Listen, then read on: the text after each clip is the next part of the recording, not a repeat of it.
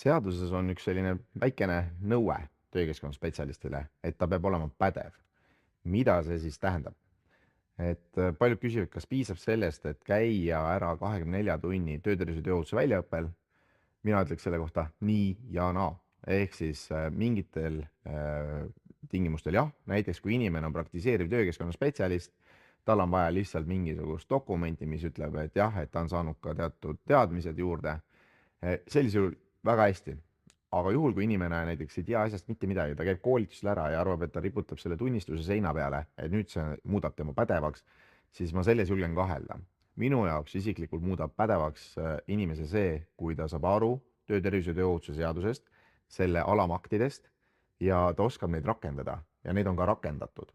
Ehk siis ettevõttes on läbi viidud vastavushindamine, aru saadud, mis on puudused seadusega võrreldes ja neid puudusi likvideeritakse.